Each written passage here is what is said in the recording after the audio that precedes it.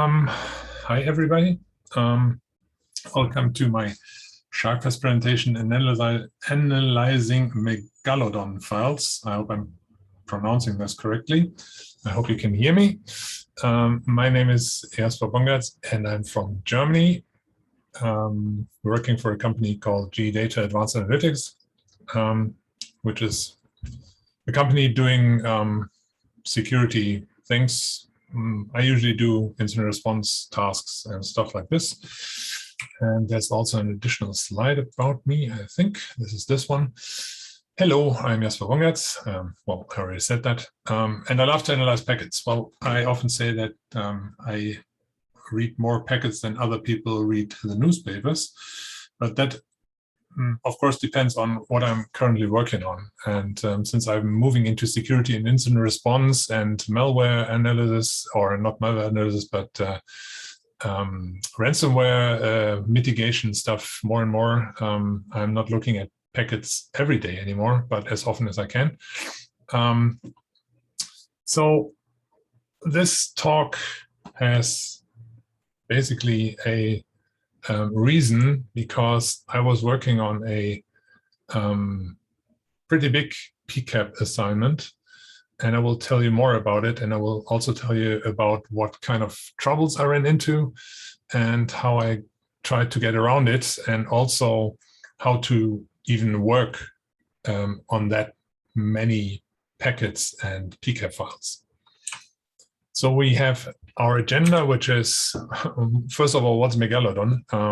Yeah, that is something we need to clarify, maybe, because not everybody may know. Then we go into the methodology of working with a large number of PCAP files and a large number of packets. The one I'm talking about right now was 15,000 plus files and about 8 terabytes of data in, I think there were 8 billion packets involved. So we need some best practices we're talking about, and tools that we can use to help us get to our goal. And of course, there will be demos, hopefully. Hopefully they will work. I have demos, but I don't know if they will work. They sometimes don't, so we'll see. And you can see on the right side, that is a picture of a Megalodon. The thing at the bottom, that is the ancient mega shark that is really big. And this is why this talk is called Megalodon, because we're working with so many packets, so many files that we run into trouble. So trace or PCAP size is quite relative. When you start as an analyst, maybe 20 packets are hard to analyze. I've seen people wonder for hours what 2 or 3 or 5 packets even mean. Sometimes 20 packets is something you can spend half a day on, depending on how much you know about how the protocols work, what's in the packets, why they are there. So even 20 packets can be hard to analyze. Well, then the next step, maybe 100,000 packets. That's a number that, yeah, you usually have to deal with quite often. Or billions of packets. And that is something not many people have to work with, fortunately. Usually I'm in the millions or hundreds of thousands of packets, but billions is not happening that often for me. So the question is, if you have to work with this, what is the file setup? Is there just one huge single file, like one 8 terabyte file? Which would be pretty hard to work with, because you cannot even open that in Wireshark, at least not around this time in 2021, maybe in 2050 or something. But right now that would be too big. So the alternative to that is usually working with a much smaller set of files. And when I already said I worked on about 8 terabytes of data and 15,000 files, well, then you have your answer. Usually I work with a file set, meaning I have a large number of smaller files, 512 megabytes to be exact in this case. So working with those packets or these files needs an approach, a methodology. And first of all, if you're analyzing packets, I think what is quite clear is that you need knowledge to even understand what's in the packets. So you need to understand protocol behavior, especially IPv4 and maybe IPv6.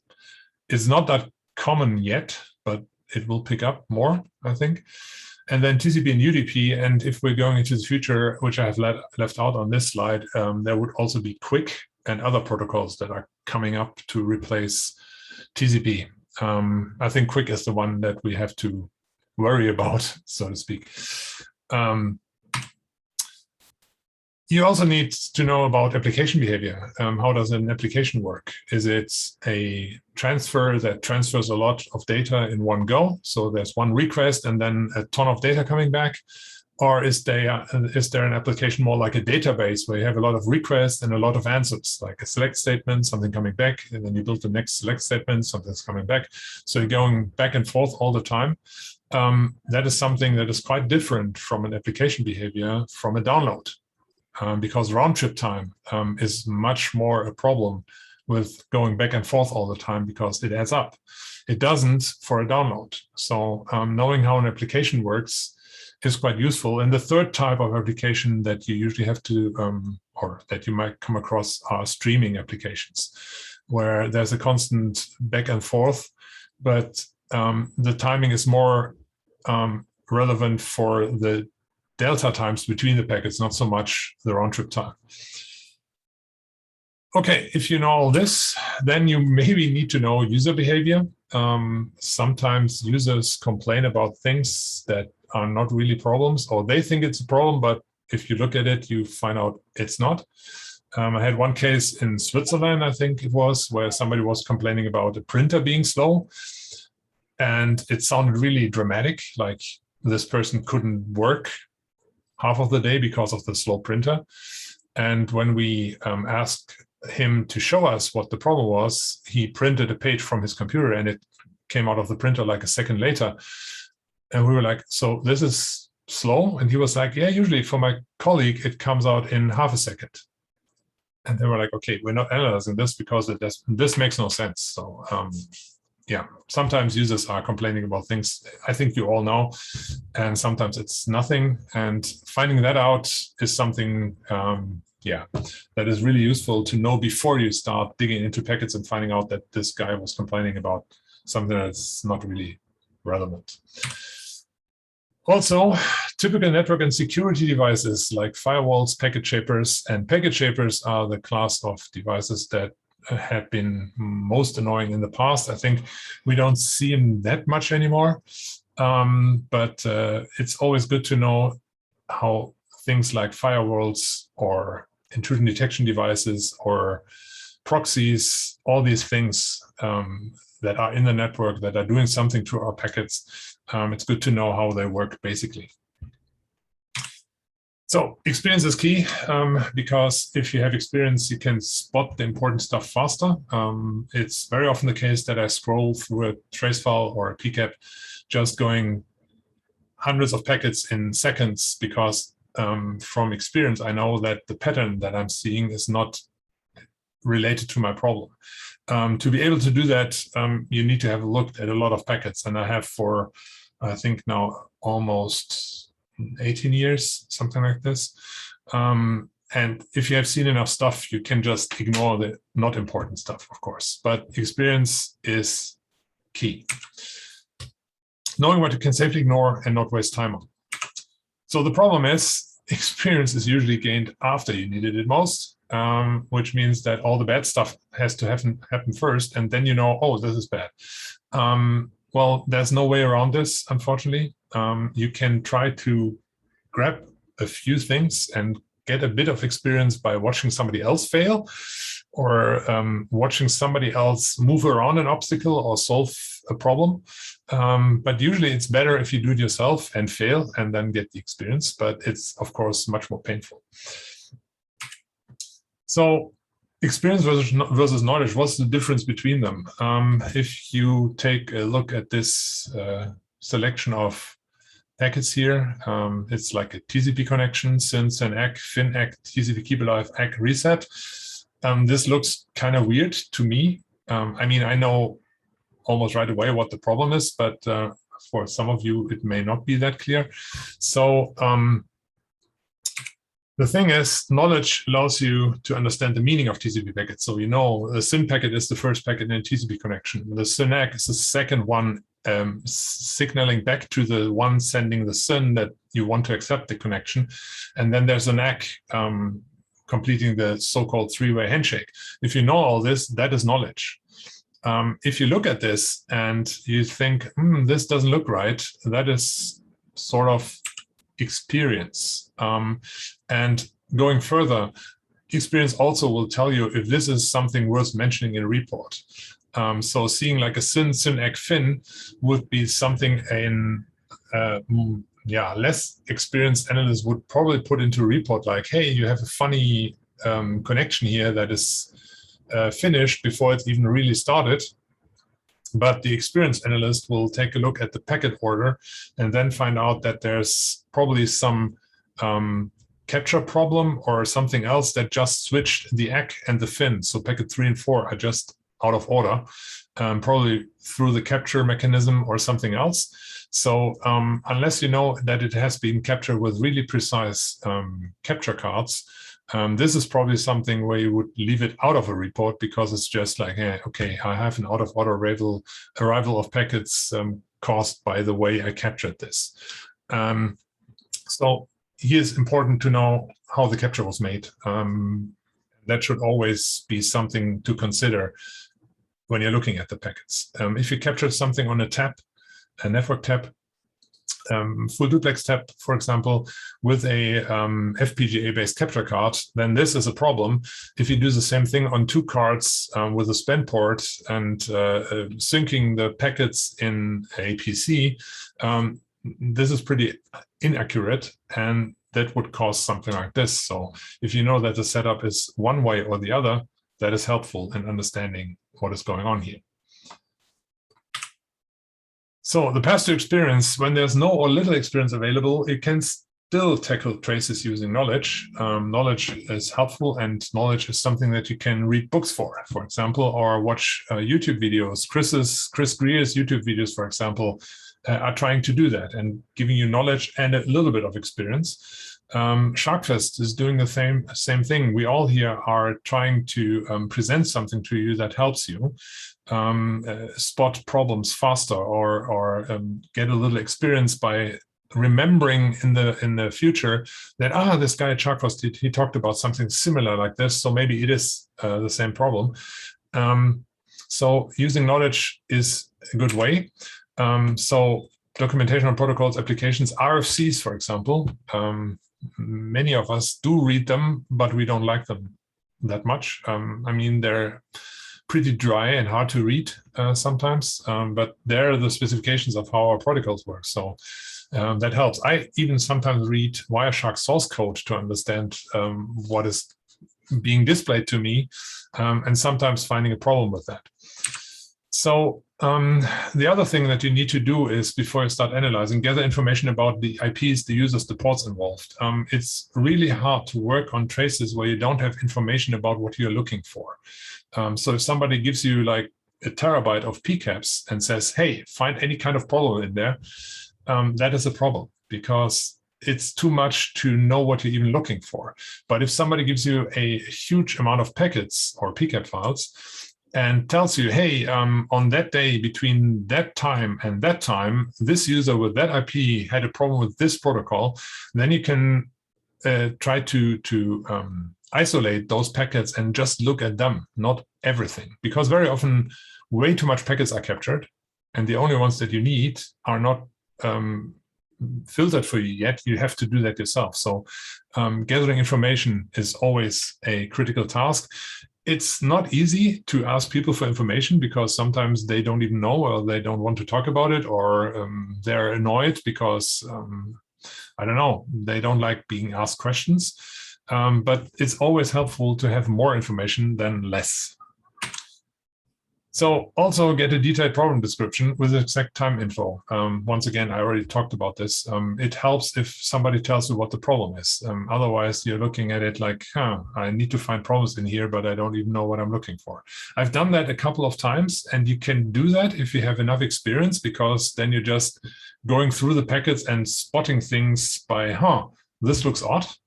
But that does not work if you don't have a lot of experience, because you will just see packets and get confused and annoyed by the lot of them.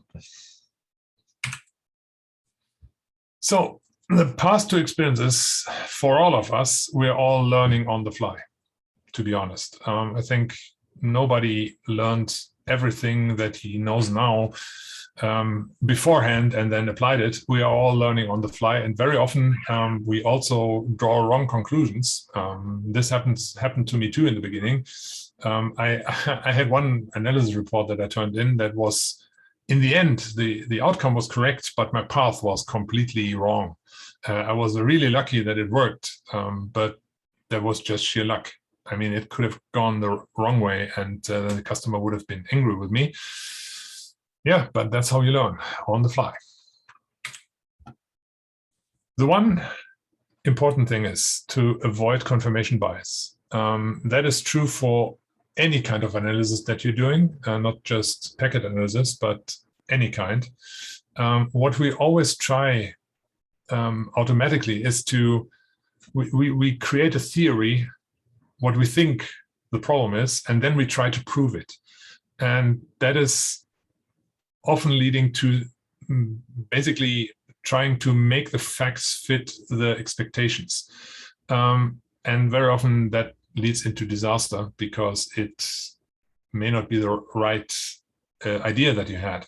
So what we usually try to do is, if we have an idea what the problem might be, we try to prove the opposite. And if we can't, then we're probably right. So proving the opposite is something we do a lot and always try to do. And it gets, in a team, or in our team, it became a habit of my coworkers.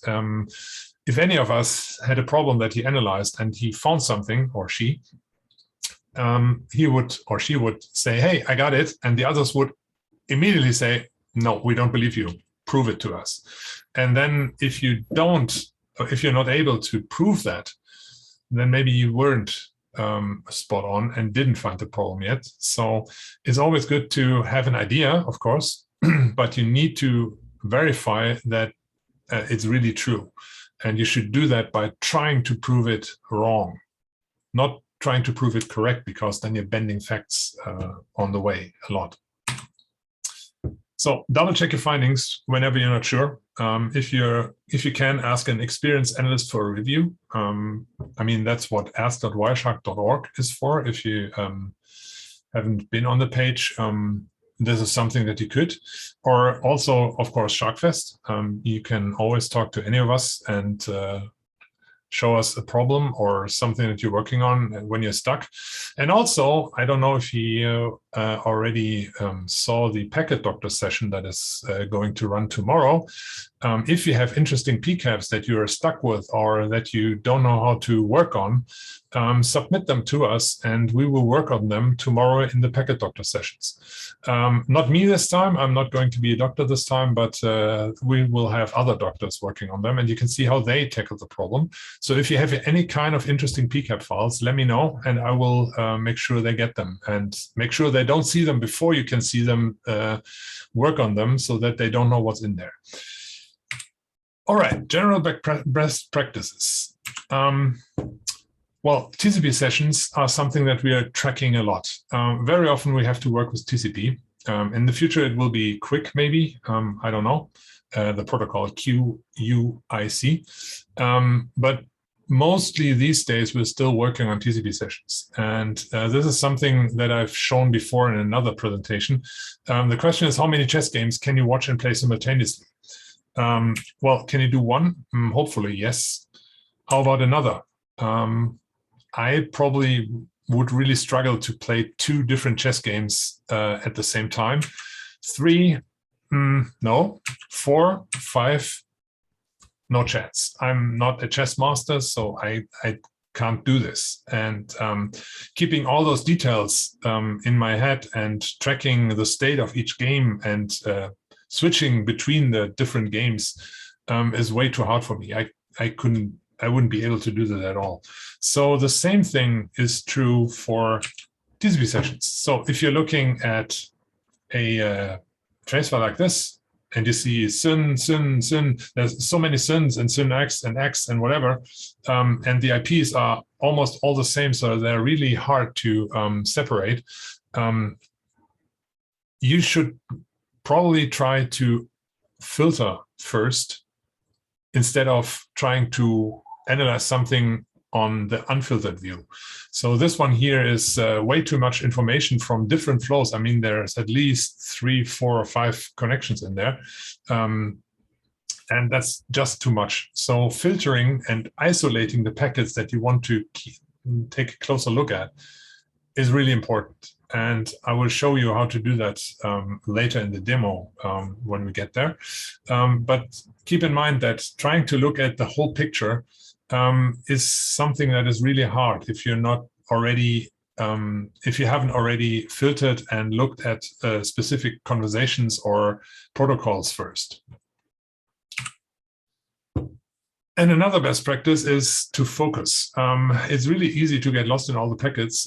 Very often me and also my coworkers, we find very interesting things in all the packets, but they don't have anything to do with our problem. So sometimes we lose like an hour or two. We're like, hey, I found a very interesting DNS query, or I found a very interesting, I don't know, protocol.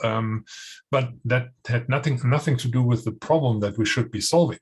So focusing and making sure that you're really working on the real problem or the thing that you want to solve is sometimes a challenge.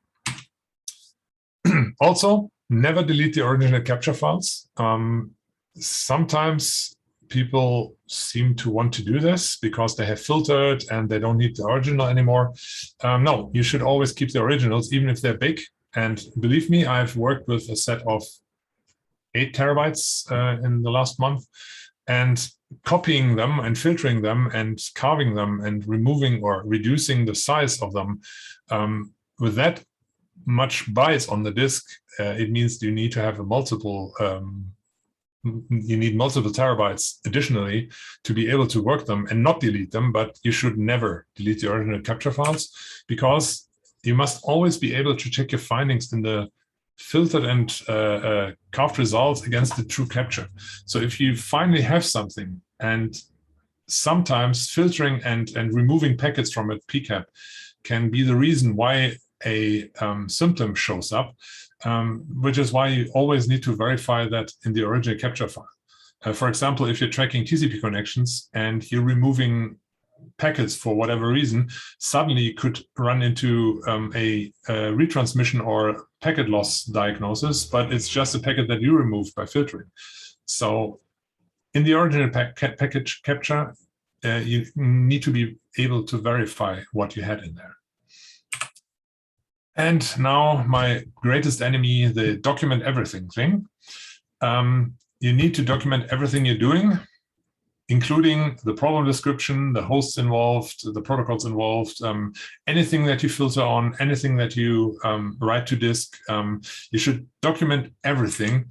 The problem is it's really hard to do consistently. And yeah, if you're lazy like me, very often you, at the end of the project, realize that you didn't document enough and you wished you had, but you didn't. So you end up with a pcap file that has something that is really useful, but you have no idea how you got there, or you can't remember what you filtered on and which steps you took to get there. So doing that is really helpful, and I can recommend doing it, but as I already said, I'm not doing it myself enough. So mission parameters, I talked about that. What are you supposed to do? What information do you have to limit the scope? IP addresses, protocol ports, usernames, date and time. Markers, maybe sometimes when we capture, we send pings. So then when we see the pings in the pcap file, we know, okay, this was when we started the application, or this is when we booted the server, or something like this. So markers are really useful so that you have a point of reference in your pcap file that you can go to. Okay, Saka is asking me, what is my favorite tool to do the documentation of your findings? Actually, it's a simple text editor. I'm writing all my documentation in Ultra Edit. I know that Hansang would probably love this answer because he uses Ultra Edit as well. But I just write, and I always write in English, even though I'm German, because very often I have to hand over my documentation to somebody in a later time. So I just write ASCII text, nothing specific or nothing more special than that. It's just a text file that is called very often notes.txt or something. So whatever works for you, you could write like a mind map or stuff like this. But for me, I'm just writing a text file because I can then also, and that's a habit that I have now, if I'm running command line tools like T-Shark, I very often copy the command line that I used to work on something into my text file so that I can see what I've used to get to the result. And in case of T-Shark, when I use T fields and -E and everything, I also post the result set in there so that with the full path, so that I can see, oh, I was running T-Shark -R something at C traces this customer, whatever, so that I have the whole thing that I can just copy and paste and use again if I need to. Okay, tools, more tools. Great timing, Sake. Did you see my slides before I presented? I don't think so, but well, yeah, you did. You saw the agenda, of course. Sorry, it's late in Germany. Tools, filtering and carving files. Well, that is something that is really, really important. If you have a big set of files, a big set of pcaps, you need to filter. You need to extract the ones that you need, the packets that you need. So filtering and carving files is, of course, done with Wireshark. We all have done it. Just open a pcap file, put in a filter, then you see the result, and then you say File, Extract, and you save the result set. And I will show that in the demo. T-Shark is something that I use a lot, especially if I have more than one file, because I can use that in a batch job to process more than one file. And very often with thousands of files, I leave that running for days to get me the results on a separate machine very often. So having more than one PC is often useful. You can use one to analyze and the other to carve and extract stuff in the meantime.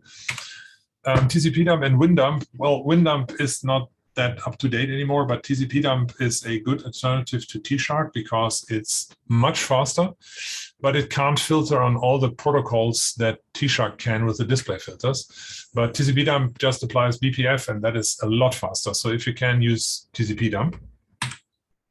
And then there's TraceWrangler, which is my tool that I also use sometimes to extract things from pcaps.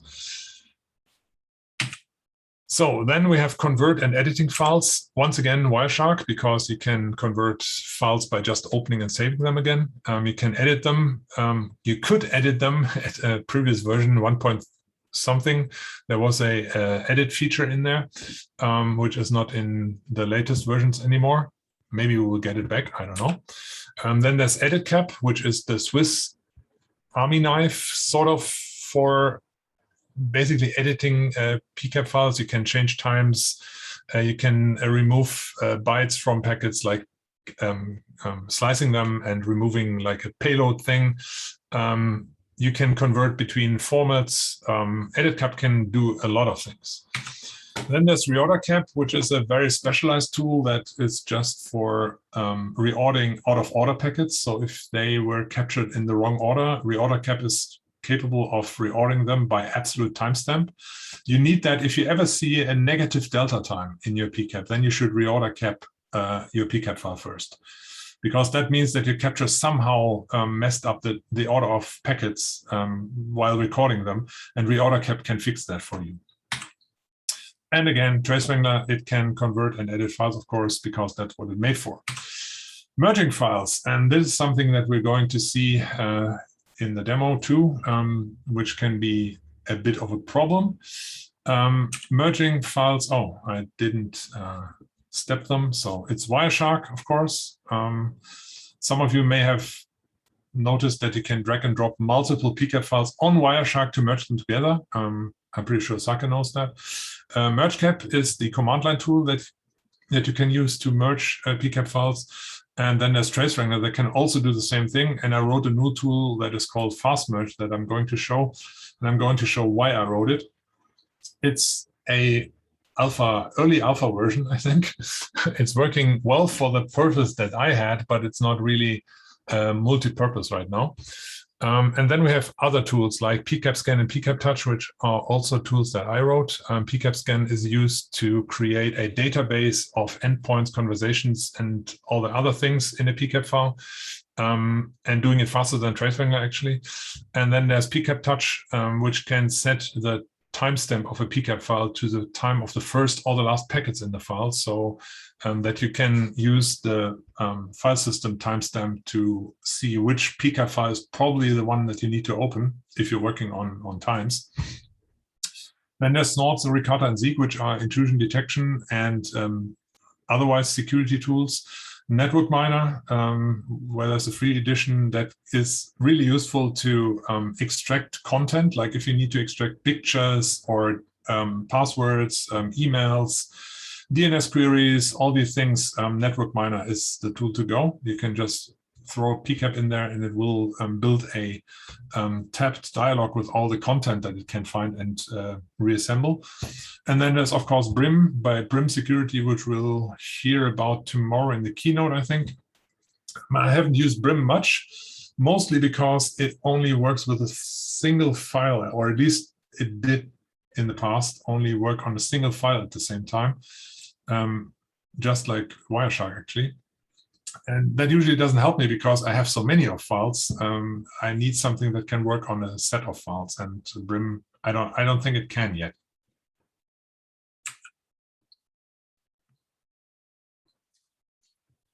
All right, demo time. So now I'm going to get myself into trouble because I didn't have that much time to prepare everything. But well, if I get myself into trouble, you can see me gaining experience, and maybe you can gain some experience as well. And you can have a laugh at my expense, which is totally fine because not everything that I do always works. But we'll see. All right, so. All right, so I have prepared something. Where's my, oh, there's a chat. Let me just check the chat real quick if there's anything in there.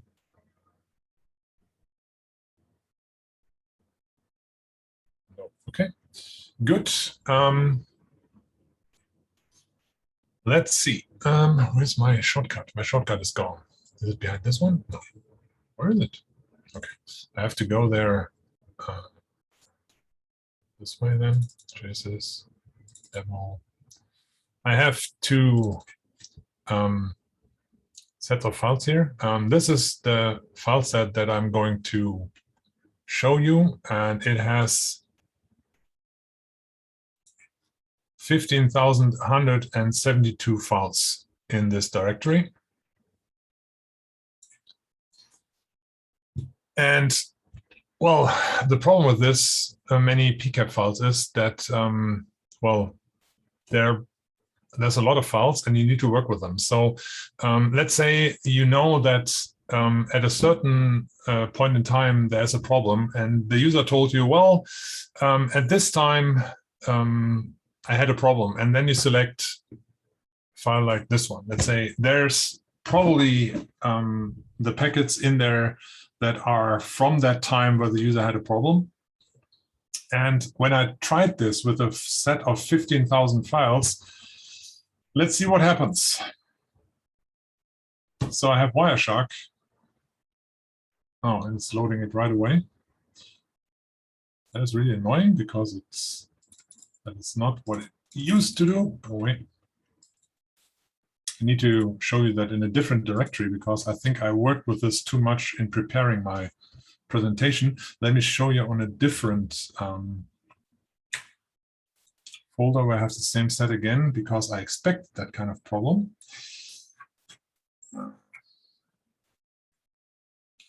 Let's go, where is it? There.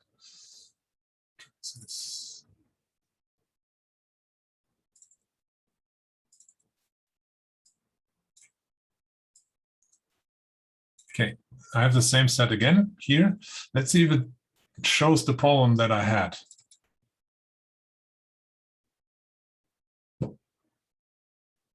So you can see Wireshark seems to be stuck.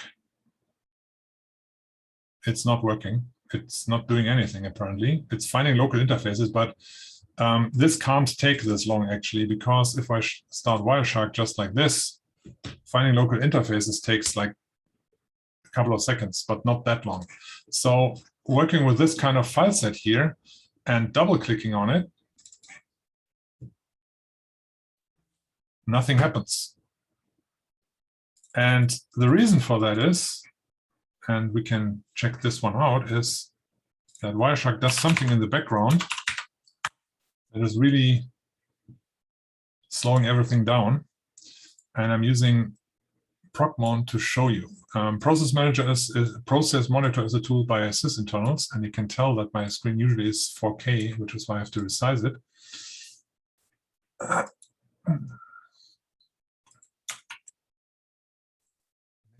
Many events. I don't want all the events. I just want the ones for Wireshark. So let's put in a filter. If the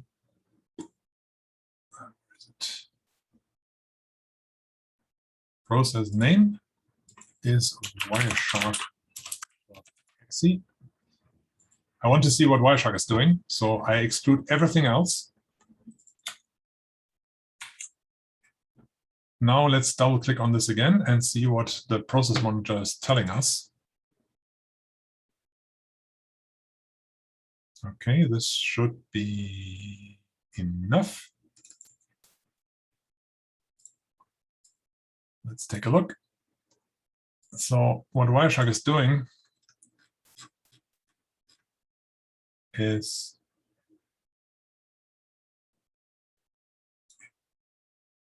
you can see it's trying to open or look at all the files in the set. And with 15,000 of them, it takes a while. He made it until, I don't know, 3,000 maybe, yeah, 2,597. If you have a set of pcap files that is formatted in this way with a name and an underscore, and then a number, and then a date, this is 2014, 0706, this is a date, this is like July the 6th, I think. And then there's a time. If Wireshark finds a file like this, he looks for other files that have the same kind of file name pattern. And 15,000 files, he tries to check them all because he's building a file set. And we can see how that works if we're looking at the one that I had first, which was much faster.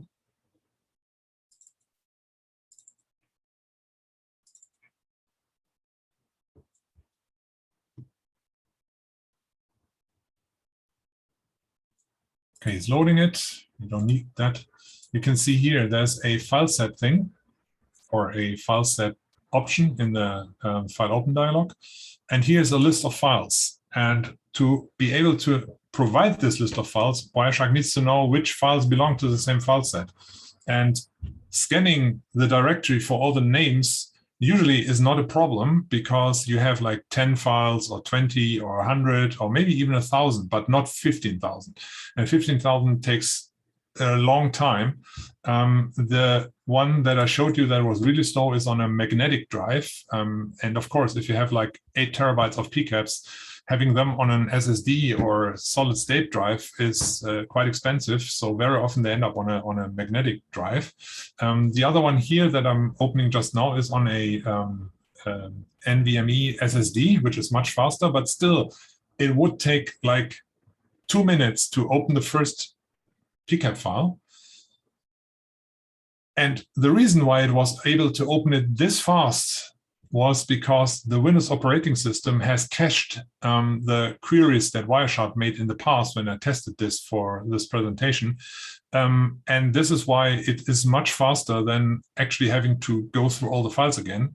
But if I reboot my PC, it would be slow again. So each time, for the first time, I would have to wait like 2 minutes or something until it will open the file. And this is something that I had seen in the past, but didn't remember until I got really annoyed because I thought Wireshark was crashing all the time. It wasn't. It was just trying to find out which file names are there and being able to fill the list.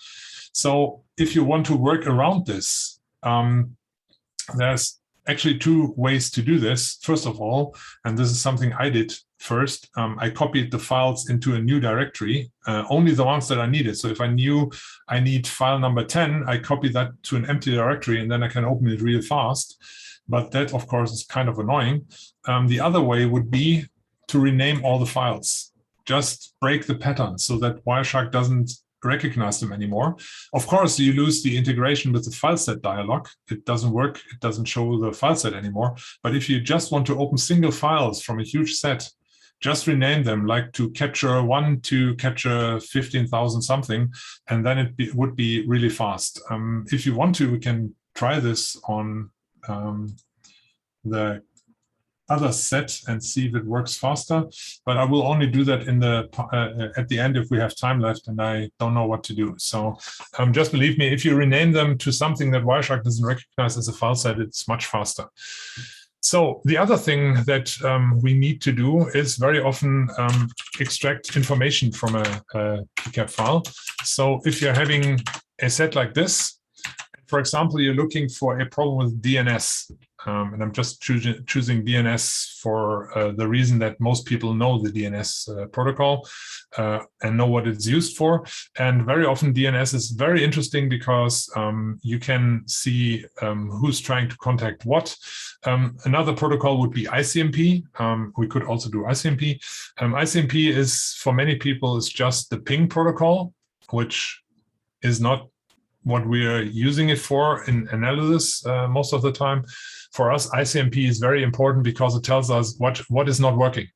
Host not reachable, network not reachable, redirects, all those things where something went wrong in the network, or packet too big, fragmentation needed. All these kind of things are error messages. And for an analyst, that is important. So we could try to extract ICMP from the captures. So to do that, we could either do it like this. We open the file, the first file with Wireshark.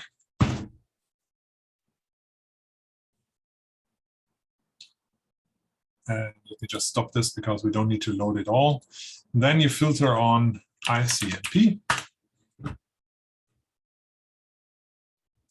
And then you go, and that was what I was talking about. If you want to extract your packets that you filtered on, just go to File, Export, Specify Packets. This will only save the packets that you see right now. These are 90 packets. Export. I would make a new folder for this so that I know what it's for. I would call this, for example, ICMP. And now I call this capture 1.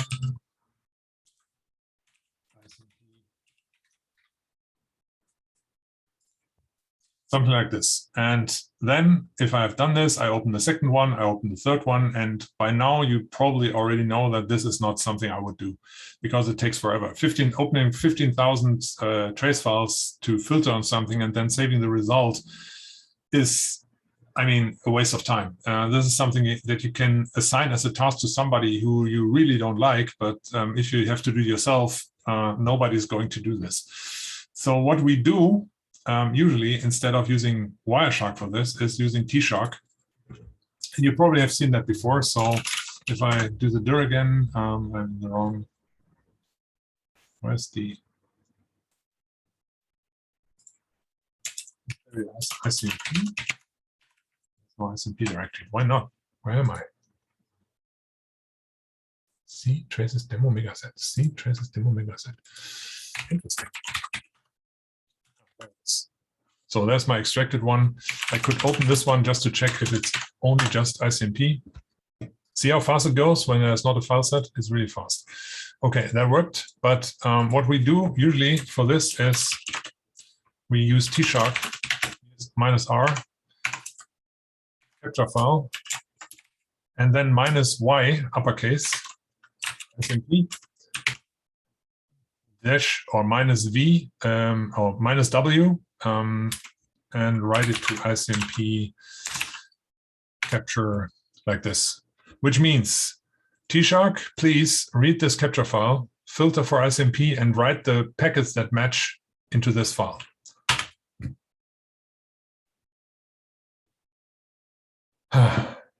And this is another one that takes forever. I mean, it's really not fast.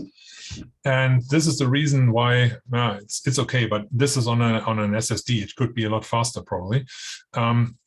But this is the reason why very often when I'm trying to capture or extract packets like this, I create a specific profile just for the carving so that it just looks at the protocols that I need. And I'm showing you how to do this. That's why I'm starting Wireshark again. So I'm on the demo profile right now. I will create a new profile and call it SF21 carve.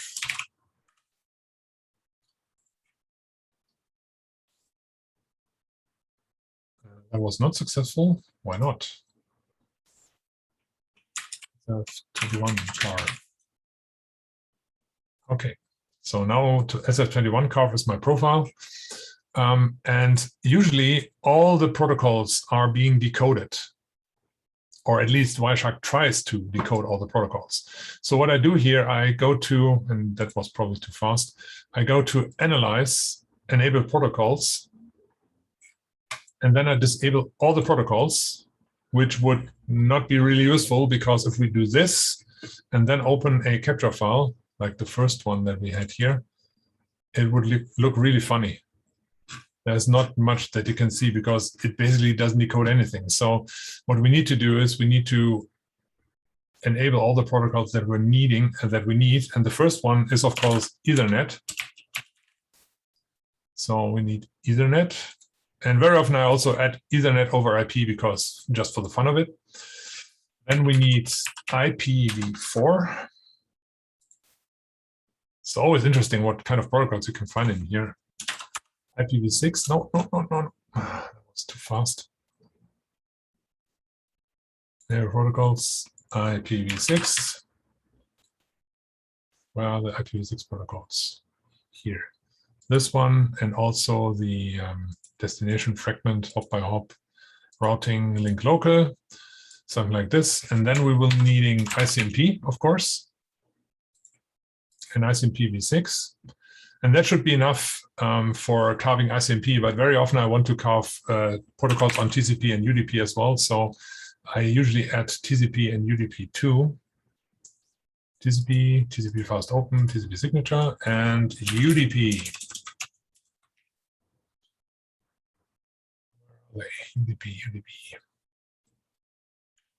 UDP and UDP Lite is also a good idea.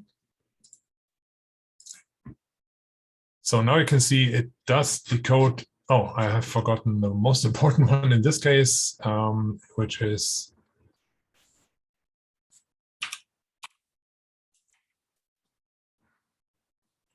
you have to look for VLAN because there are VLAN tags in this one. And maybe we can also add, for the fun of it, ARP.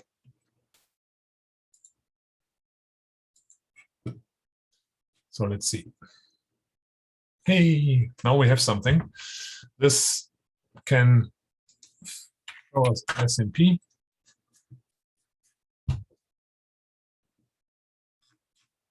Okay, so how do we use this from tshark? Easy. We use the same kind of thing and call it, I forgot the name that I gave it. What was it called? SF21 carve.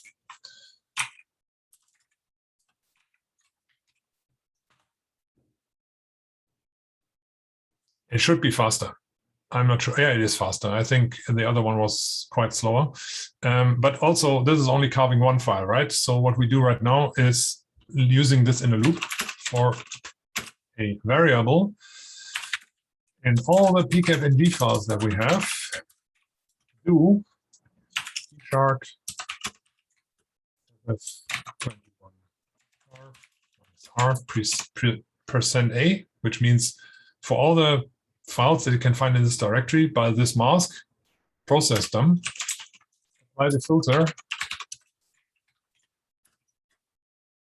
and write them to the ICMP directory with the same name of the original file, but in a subdirectory. So if we do this, we should see that our, can delete this one. Yeah, this is like something that I would leave running overnight, just extracting me all the packets that I need, and then in the morning, try to work with them and find out what is going on. So as you can imagine, having 15,500 something small files, they're really small here, and opening them one by one doesn't make any kind of sense. So what you can do is use Wireshark and drag and drop them. Okay, this one is still being written, so let's take just the first couple. So dragging 9 files onto Wireshark will automatically merge them. You can see here there's 9,000 packets in there. This is all the packets from all the files. This is a nice way to look at a merge if it's not really a big one. So adding 15,000 files like this, I think, is not really useful. But if you want to merge them for some reason, you can use merge-cap. So let's stop here.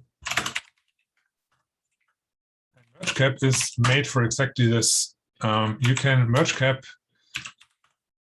your files together like this, ICMP all.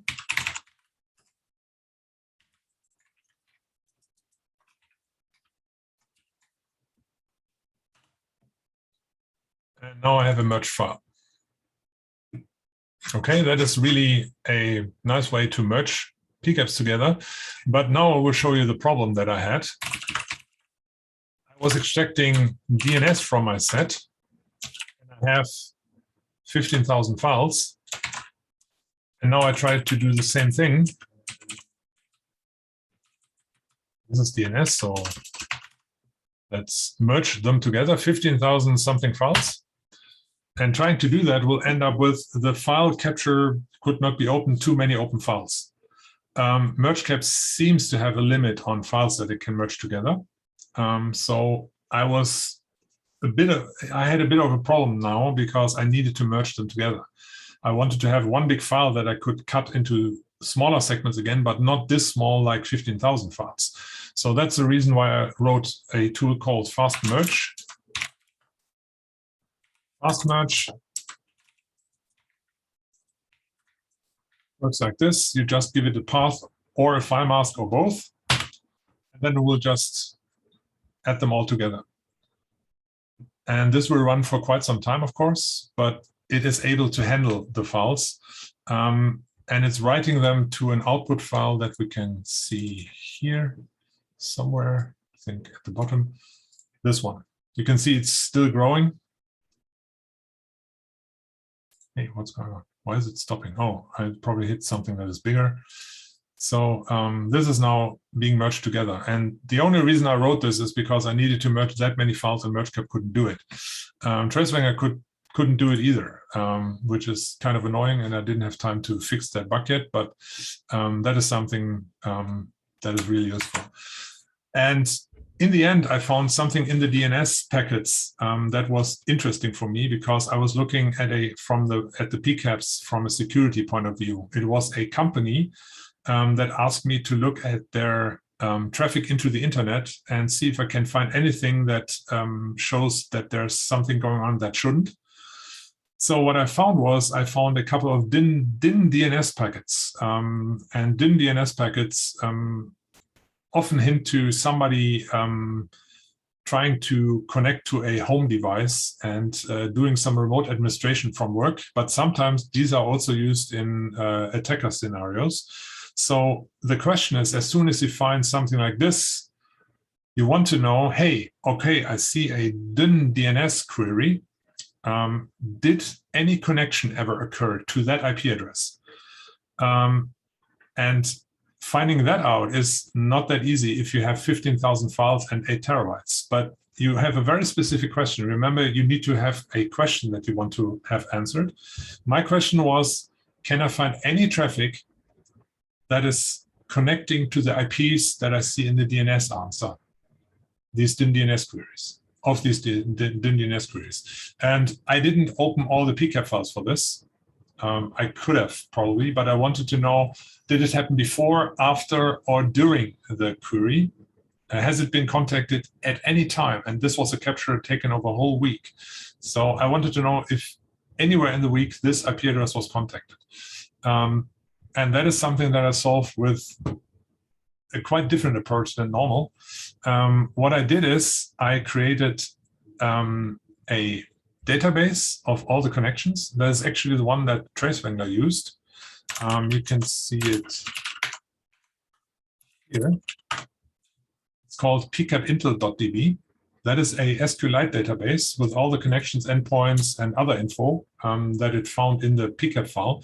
To create it, you just use a cool tool called pcapscan, which is part of TraceWrangler, and say scan star.pcapng, and then it will create databases for all the files. This is also something that I let running over 2 days, I think, overnight and everything.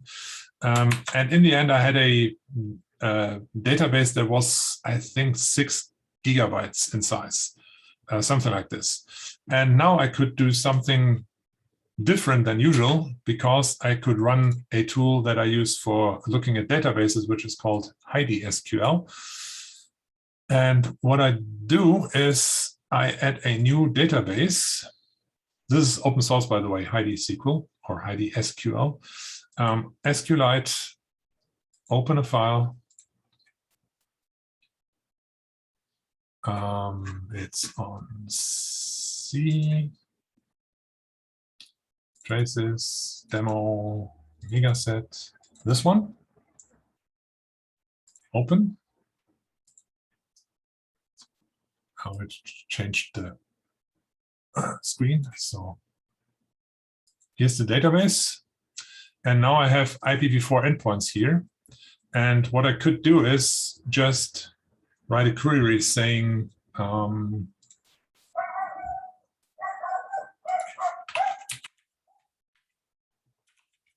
looking for 192.0.1. Well, let's say 129.179.5, which is my mail server, and run it. And now I would have an answer. Oh, once again, making that full screen doesn't work. Now I can see that, yes, there are conversations like this. I could also go to, let's say, my IPv4 conversations and run a query saying, let's see how the data is called, source IP, destination IP. So I could run a query saying IPv4 conversations, source IP equals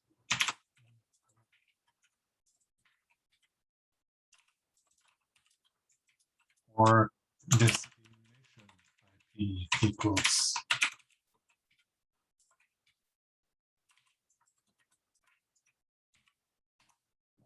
and again, get all the connections that involve these two IPs. So with this, I was able to answer a lot of questions that I had, and I wasn't even using Wireshark. And I think with this, my time is up. But maybe somebody still has a question. So working with sets like this really needs to well, you need to think creative sometimes and deal with all the problems that this amount of pcap files gives you. But with ideas like this, I think it's possible to tackle the problem as long as you have an idea what you're looking for.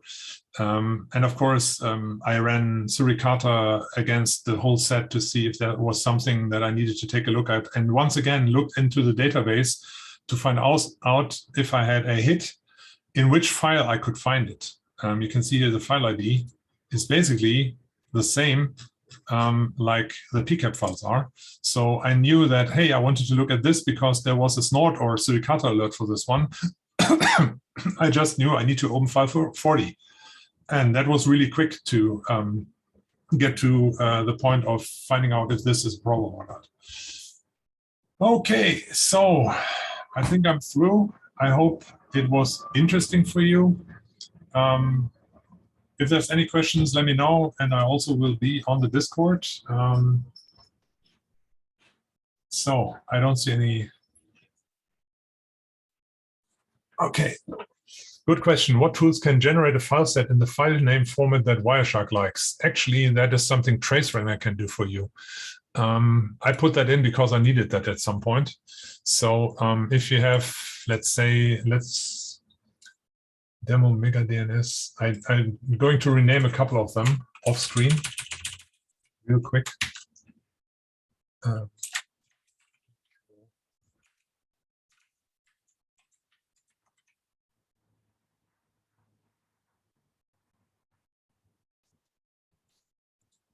see if that works.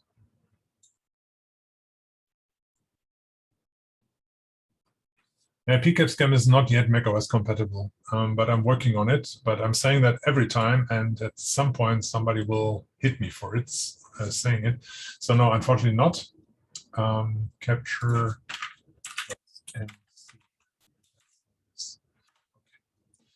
So let's take a look. Now I renamed those to capture 1 to 12, and I want to have them in the same format again like the others.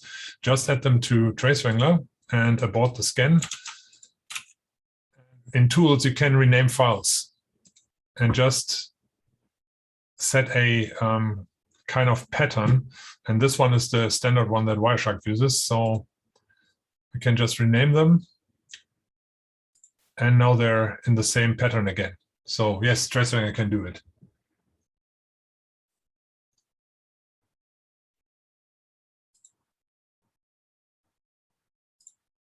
Okay, anyone else? Any kind of question? Otherwise, we take it to the Discord. I will be there. And I hope you learned something, liked it, found it useful. Anyway, I'm done, and thank you very much.